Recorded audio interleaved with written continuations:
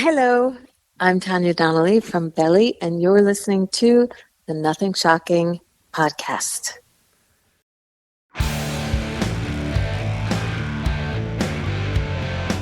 Want to know what's going on in the world of music?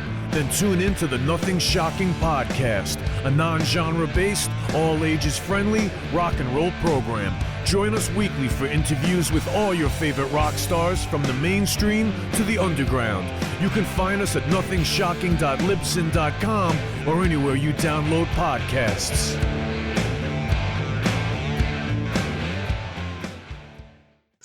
We're putting the band back together. The numbers all go to 11. I'm talking about bands that rock. Led Zeppelin.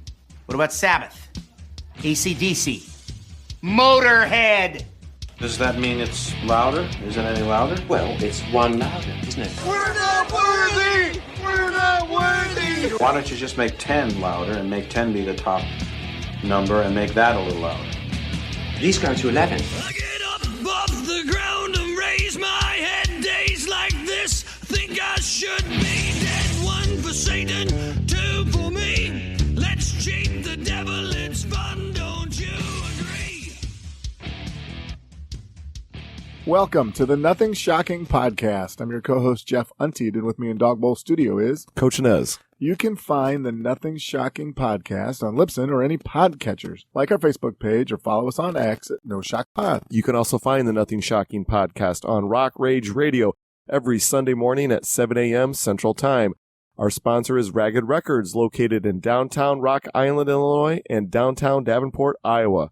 We'd like to thank the Hong Kong Sleepover for allowing us to use their music for our intro and bumper ending. Tonight's guest is Tanya Donnelly from Belly, formerly of Throwing Muses. And Breeders. Yeah, absolutely. She's promoting Belly's upcoming 30th anniversary celebration of the album King. And that'll be available here in 2025. What else she's got going on? I think the band's working on a new album. We're excited. So, hey, let's get right to it. Good night. Good night.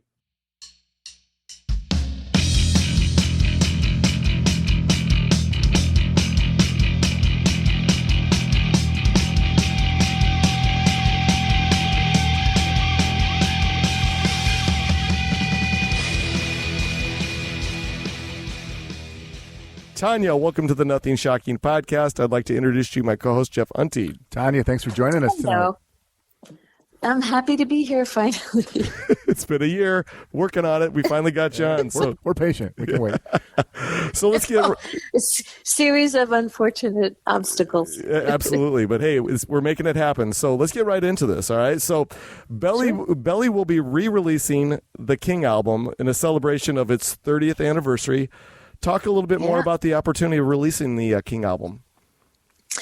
So it was, I can't remember, I'm trying to remember if it was 4AD's idea or ours. At some point there was a conversation about it last year. And they were happy to move ahead with that. And then I think Warner Brothers here has now figured out how to license it on the North American end. So it is definitely happening and hopefully aligning with Record Store Day in April. So we will ideally be touring probably UK first and then the US on the heels of that. So the spring tour. We are excited.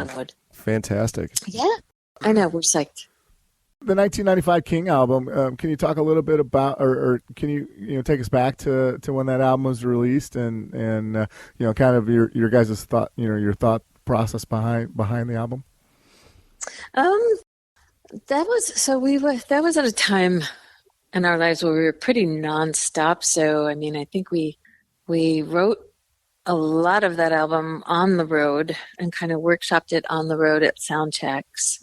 And then sort of very quickly went into the studio on the heels of a tour.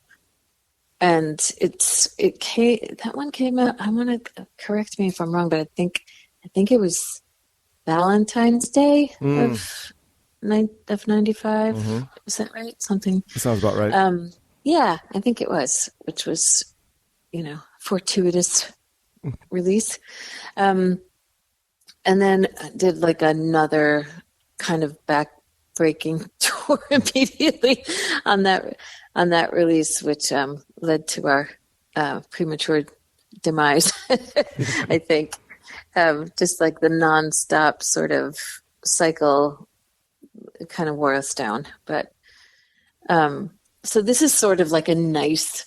I mean, I feel like we've had so many opportunities to sort of make peace with past things, that we past missteps. That's been sort of the beauty of this lengthy reunion, has been to, redos. Who gets to redo? We have we've been able to do that, and it's been really nice. And this will be yet another piece of that. So we are so excited for you guys. King takes me back to as I'm finishing up my undergrad studies. Yeah. But the one thing that I didn't understand about when it was released, the debut album from Belly was just out of sight, but the critics applauded you guys over and over again. You released the sophomore album. It doesn't come out to the acclaim every bit as good of an album, or maybe even better. Why do you feel as though that the critics didn't give the band its due for that second album? I don't know if there's any, there's just I have a lot to say about this, but I'm going to be diplomatic. You don't have to be diplomatic if you don't want to be. I think there's a pylon that occurs, where there sort of becomes this sort of group attitude towards something culturally that, I just feel like that's how a lot of criticism works, to be honest, that sort of forms this little eddy of opinion, and everyone sort of jumps into that. That does happen. It happens with everybody, not, in this case also, I just feel like sort of things were moving so quickly at that time in terms of just like alternative rock evolution. It was just like moving so quickly, and King came out and we had decided to record it live. It's that whole album is entirely live, which I think was just, by the time it was released, it just felt too raw or something. Like things were just moving in a different direction, in a bigger, more produced direction in general.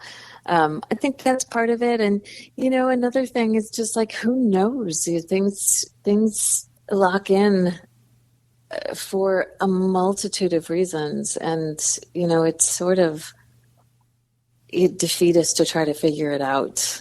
I mean, I feel like we felt at the time that it had done respectably well, but, and it's funny because we should be so lucky to put out another album that does as well as King did.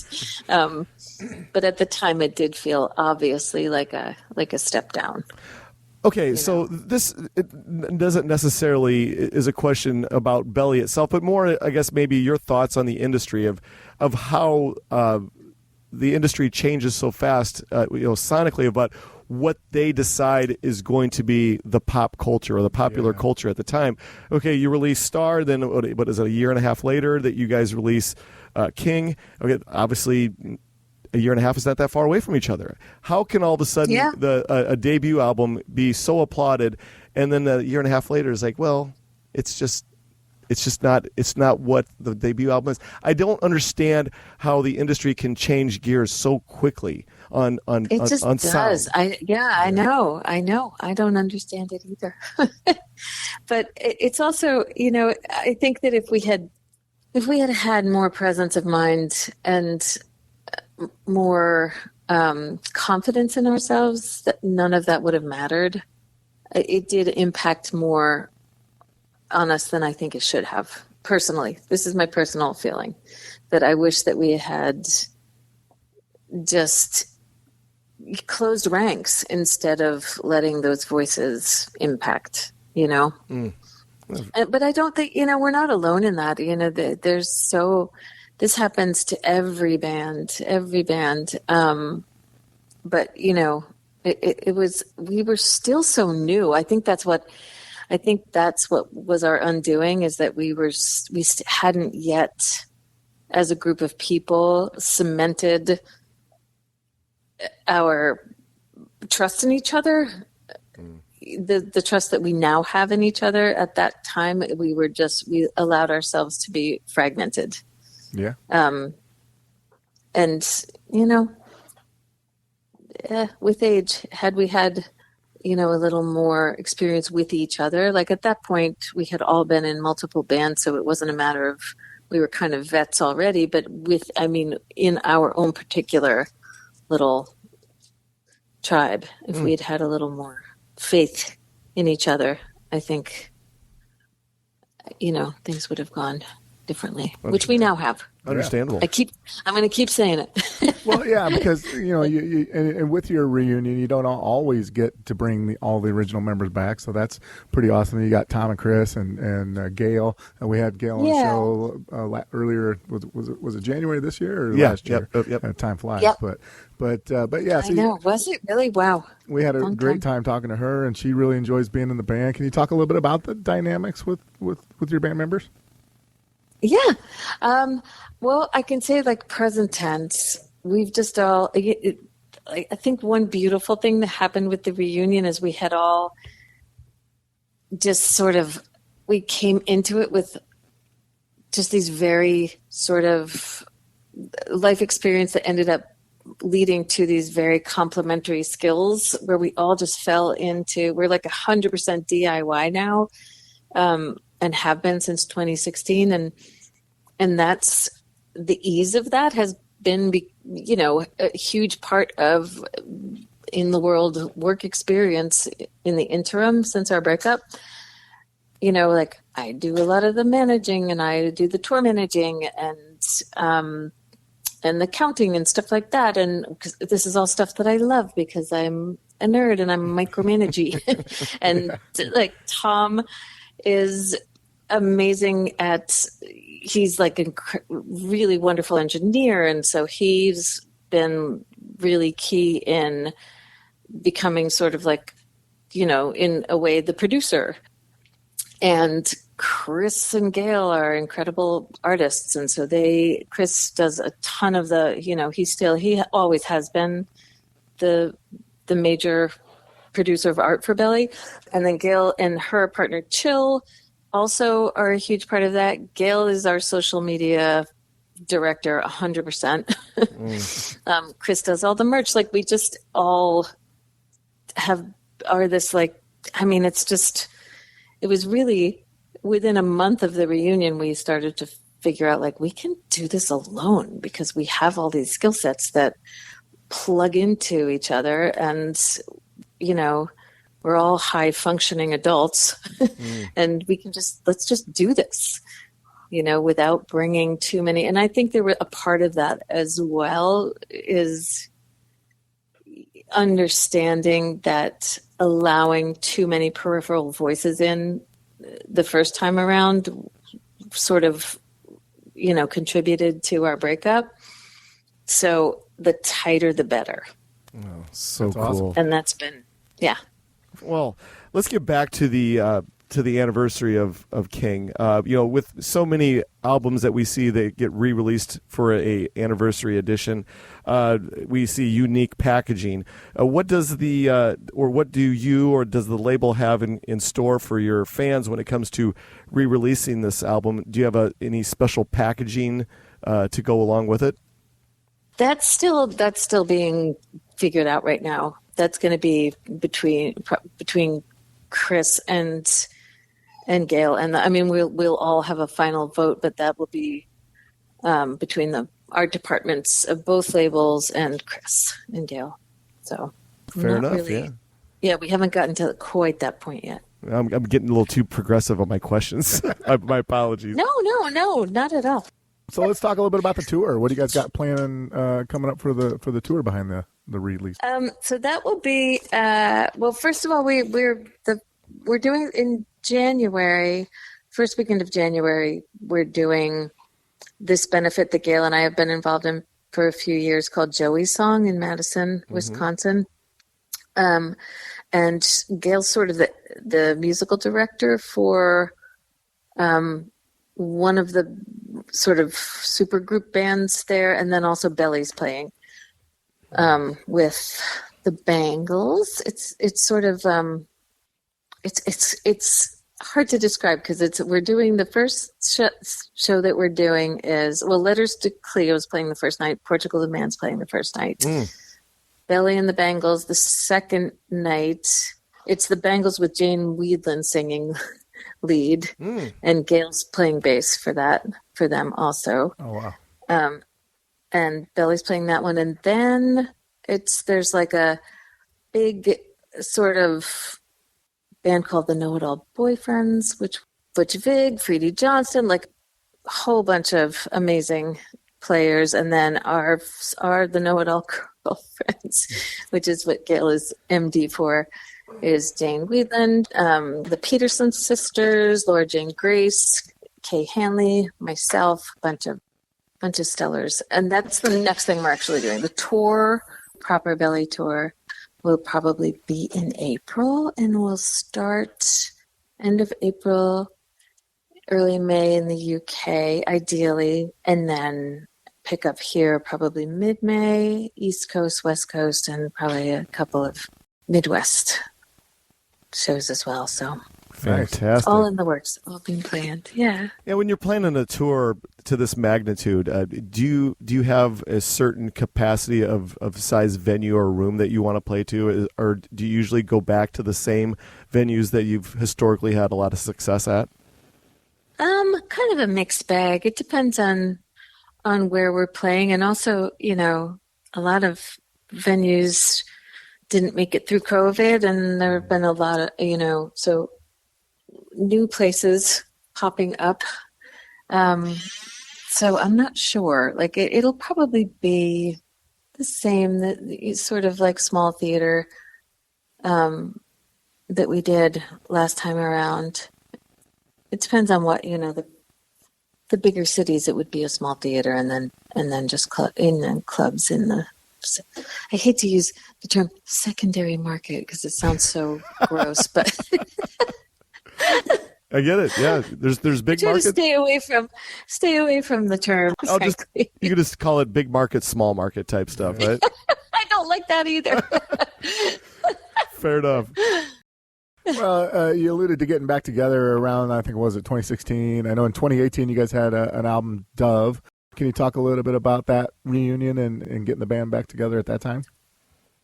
Yeah. So, when we reunited the first time for the 2016 tour, which was just going to be sort of like a going over the catalog, that was the original intention. But then we sort of were feeling like, well, just to make it feel less like a vanity project, that maybe we would have some new songs. So we pulled together like 4 new songs, and by the time we had done that, we just kept writing.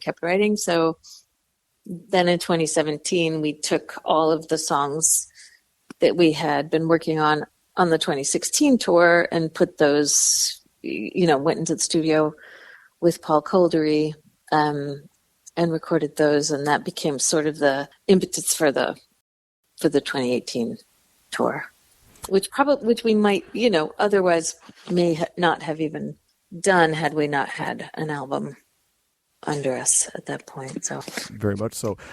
Talk about comparing and contrasting the songwriting of the band in the now opposed to the early days of Belly in those first 2 albums. Is it one of those kind of things where if it's not broke, don't fix it? Or do you feel like the songwriting has matured with you and the rest of the band? I feel like everything I've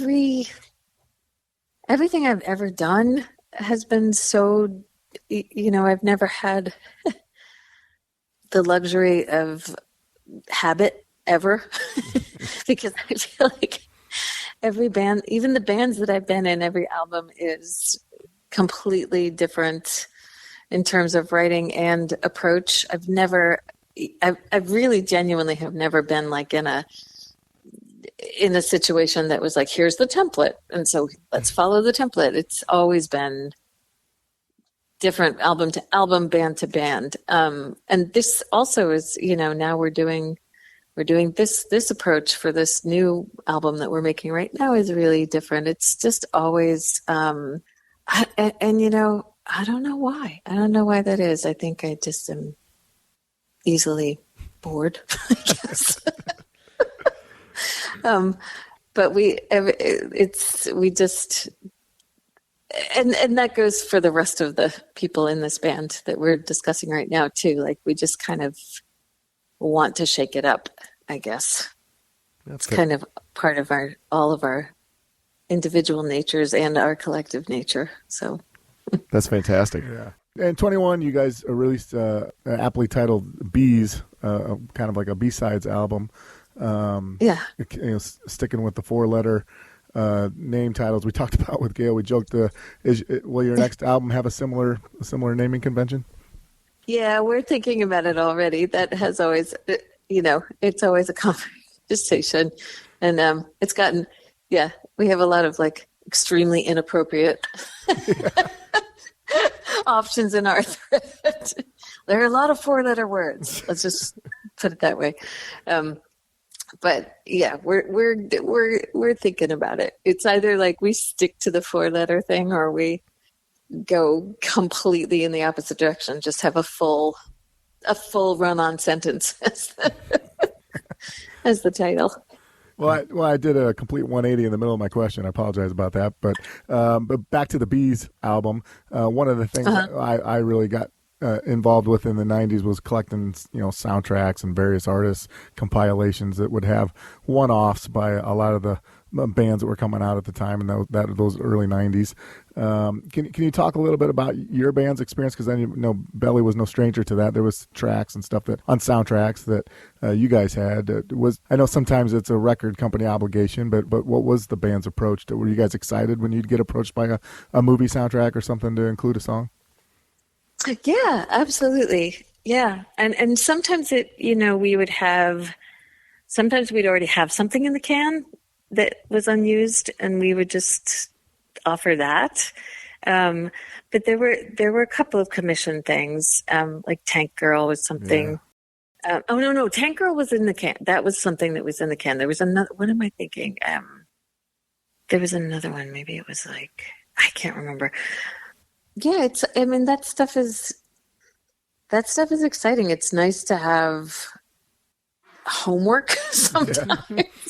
Yeah. It's kind of exciting to just feel like this is what we're looking for, blah, blah, blah, and you can sort of feel like a craftsman in that moment, which is sort of nice because it's not the usual, approach that we have. And I love doing that. And it still is always, at the end of the day, it's always you writing the song, sort of still you and it's still us. And so it's sort of fun to do that because it takes you outside of, I tend to write very spontaneously and and daily, like I write all the time and it just kind of comes through me and I trust that up to a point, but there is something about having a directive that takes you out of your comfort zone in a nice way that, that feeling of accomplishment of doing something that, is asked of you rather than something that just comes naturally as a process of just being a writer. It's nice to have something where it's like, here's what we expect, here's what we want. I actually just finished doing the soundtrack for a podcast, and it was one of the clearest, most it's just the first real clear commission work that I've ever done where I had feedback and then I had to respond and then I had more notes and I had to respond, and it was so freaking fun. And just, I love having all kinds of work, I guess. And everybody in Belly feels the same way. Like, we're all kind of blue collar kids. And so we respond really well to like, hey, what's the work? What's the job? What's the gig? Which is nice to have that supplementary sort of experience as well as like the purely sort of organic artistic piece. Well, it's so refreshing to hear you say that, because we've talked to many artists before that when they get commissioned to do something for a soundtrack or things to that nature or whatever the job is, they begrudgingly do it. They're like, oh, I'm not motivated, or I don't feel like I'm artistically driven to do something like that. But hearing that from you it's refreshing to hear. Like, hey, I'll get out of my comfort zone. I will do this. Yeah, I like to work. Fair enough. You talked about songs in the can, and it wouldn't behoove me to not ask you of the Belly vault of song. Does Belly have a lot of unreleased material that's tucked away somewhere, waiting for its light of day to come to it, or do you guys use everything that you have? We use everything that is acceptable to us. Yeah. There are things that we have written that are recorded, but that we would never, pretty unanimously wouldn't want to release. Fair enough. Yeah. Jeff, go ahead. Yeah. Well, let's talk a little bit about your solo work. After you guys kind of left Belly, you had Love Songs and Underdogs in '97, and I think you had an EP, Sliding and Dividing, in 1996. Mm-hmm. But can you talk a little bit about that transition from band environment to jumping in solo? Yeah, I think I'm still processing that period, because there was a period where I'm really proud of I'm very proud of my solo work that came. At the time, absolutely, but the stuff that came later is sort of more where I found my groove.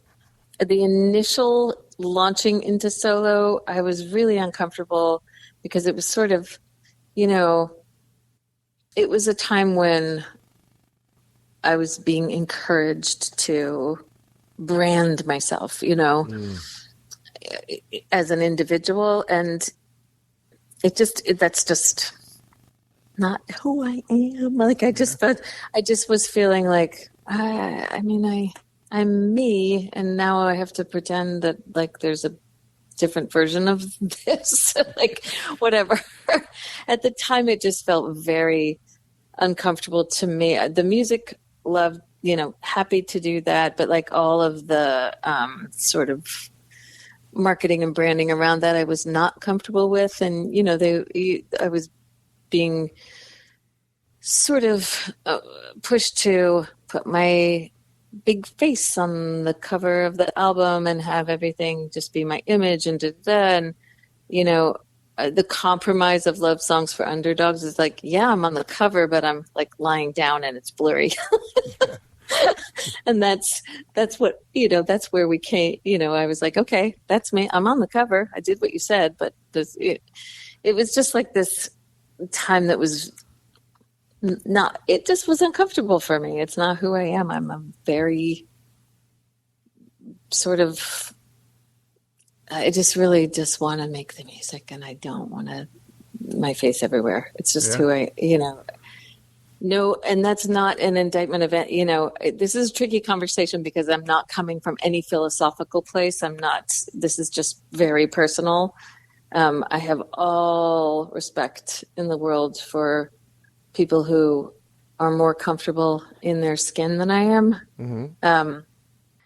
But so I'm just a band. I like being in a band. It's what I want. I'm more comfortable being in a band in terms of like presentation. Yeah. I love my solo work. I'm so proud of it, especially the Swan Song series that I did, which was a collaborative series several years ago. I feel like some of that music is the best I've ever made.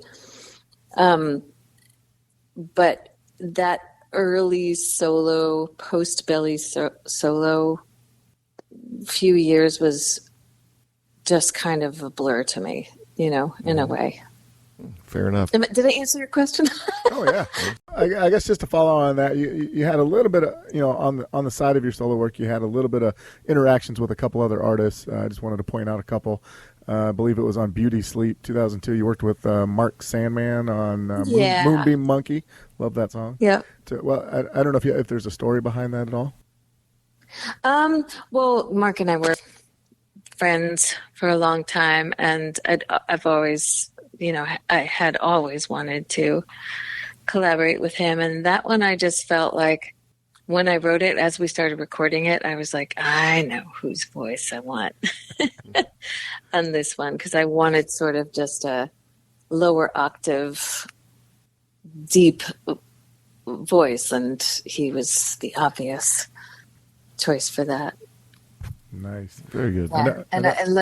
I loved him so much as a person and musician, and just a joy to have him on that one. Awesome. Yeah. And then another one in my collection that I like is you worked with Catherine Wheel on Happy Days, Judy Staring at the Sun. Yeah. Do you have maybe a little tidbit about that? That was like that was on the heels of I had met, let me think, I met Rob through Gil Norton a couple of years prior to that, and then they invited me to sing on that song, and they came into the Fort. I did my part at Fort Apache. I think it was Rob and Brian that came in for that session, and then we pretty soon after the release of that, we toured together. So that was all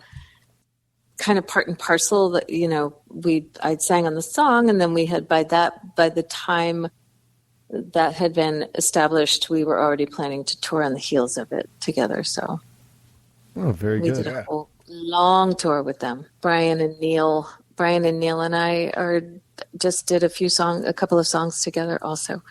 Recently, just finished a vocal a couple of weeks ago. Oh, very exciting. Very good. Yeah. All right, so I want to bring this back to A King one last time, and the track Red is my favorite Belly song of all the. I love that song. I absolutely love that song. Take us back to the songwriting and recording of that track. It's phenomenal.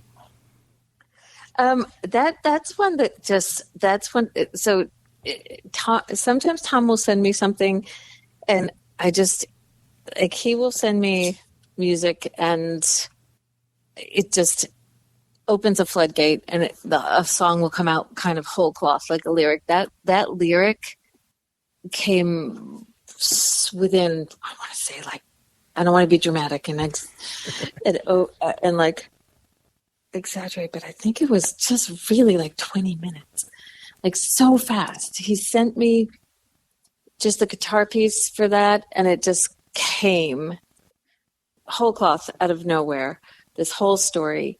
And that happens with him pretty regularly. We just kind of we kind of exist in the same kind of landscape a lot, or we intersect there anyway, frequently. But that one came out, and I remember I sent him the lyric very quickly, and he was just like, "What the hell?" and we just, and just that song was a joy to write, to record, to play. To this day, it's really one of my favorite songs to play and stories to sing. It's really personal to me, and it's just also vocally, it's one of my favorite songs because it's kind of, I get to shout, I get to sing. Yeah. Is it a track that is always included on the set list when you play live? Always, yeah. Oh, fantastic! Yeah. Yeah. Well, the opening the opening rocker, Puberty, is pretty cool too. With Yes. I think that's a collaboration with you and Gail Greenwood as And Gail, yeah, yep, I love that song too. Yeah, she's like she just always, her riffs that she sends are just, she's the riff queen. She just has like she sends these beautiful, cool lines all the time. And she also, when she sends me something, she'll have like a vocal, she will usually have like a vocal, sort of like a melodic prompt, I guess, So that's another, a very different way of writing. And I love writing with Gail also, because Gail's also a pretty amazing guitar player, as well as being a bass player. So she sends her stuff on guitar. Oh, very good. Nice. All right, so I got one last question for you, then we'll leave you alone for the evening. Fair enough? Yeah. So, you talked a little bit about, Belly is working on a new album as we speak right now. And, I guess probably Belly fans out there are probably anticipating, like, what's it going to sound like? Is there going to be any curveballs thrown at us? Can you give us There is any? a curveball. Can you give us a sneak peek on for us Belly fans on what to expect on this album? Well, probably the major curveball would be that do you know who the Parkingtons? You know the Parkington sisters. Yes. I made an album with them, a covers album, and my friendship with them led to them opening for Belly, and then they sort of started to join our set at some point, and now they are kind of part of the band in a way. Nice. They're playing on a large part of this album coming up. They're playing strings and piano, and will probably be lending vocals to a couple of songs. But they've been very much a part of our process this time around. Yeah. It is, and it's just kind of like added this whole beautiful layer to everything, and we're extremely excited about that. Oh, we are too. So, we are out of our allotted time for the evening. Is there anything that we left off tonight that you would like to plug or promote? I don't think so. I think I've been flapping my gums pretty thoroughly. Oh, fair enough. Jeff, the editing ninja over here, is going to clean up all of our all of our verbal boogers tonight, and we're going to all sound like $1 million. I love that. Does that work for you? I have, yes. Good luck with my verbal boogers, because there are going to be plenty. All right. So, and then he'll get it all cleaned up and probably have it ready by this weekend sometime. Oh, no worries. I'm sorry that it's been such a series of stumbles up to this, but thank you for being patient. Well, here's the thing: is that. When we're always recruiting talent to come on the podcast, I was like, I'm gonna get Tanya Donnelly on this podcast if it's the last thing I do. So we finally did it. So we want to thank you. We want to thank Dean. We want to thank Gail. Yeah, everybody that's been involved with you guys that are all kind of together in this music community that you're in. It's been a pure pleasure to have you on. Yeah, we've enjoyed it. Oh, thanks. Thank you so much. Have a good night. All right, awesome. Bye-bye. You too. Bye.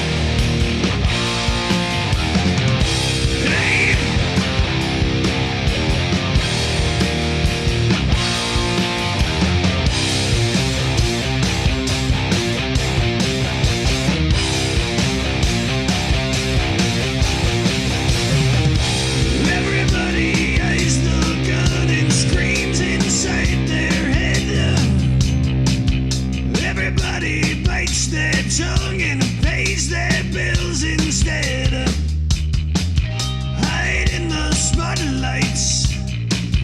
Fight the grip of death. You can have the air you need, but you best not take one breath.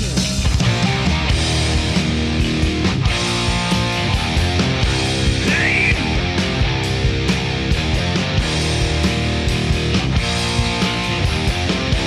Roll the dice.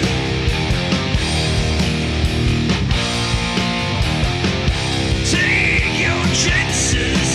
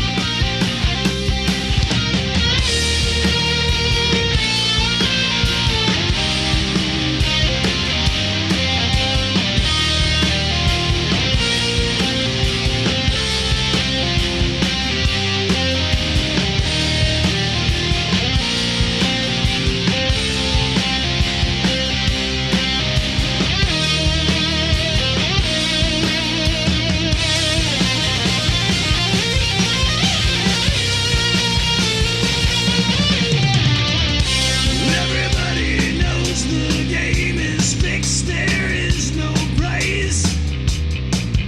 Everybody pulls the plug and says their last goodbyes.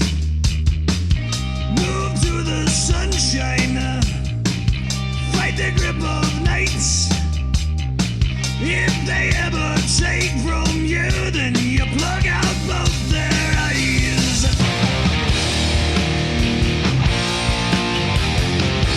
Hey.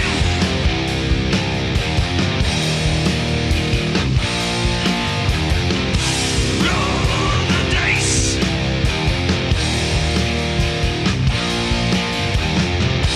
Take your chances.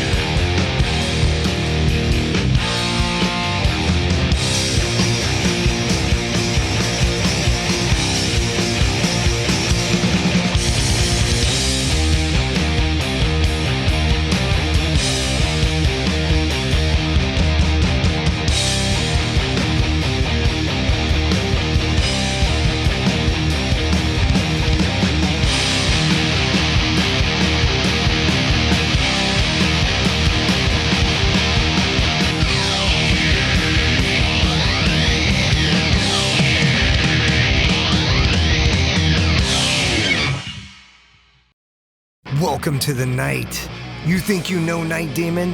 Then the Night Demon Heavy Metal Podcast is for you. Step into the darkness as we peel back the curtain to give you an unprecedented, all-access look into the mind and the heart of the demon. We're talking band history, song analysis, studio anecdotes, stories from the road. It's everything a diehard Night Demon fan could want and more. This is the only place to learn the inside scoop, the deep dive trivia, the untold tales from the band members themselves and those closest to the Night Demon story. Need more? The sacred Night Demon Crypt will be pried open to reveal demo recordings that have never before seen the light of day, all with in-depth commentary by the band and the people who were there for the writing and recording process. This is a gold mine, a treasure trove of all things Night Demon. Head over to nightdemon.net or wherever you listen to podcasts.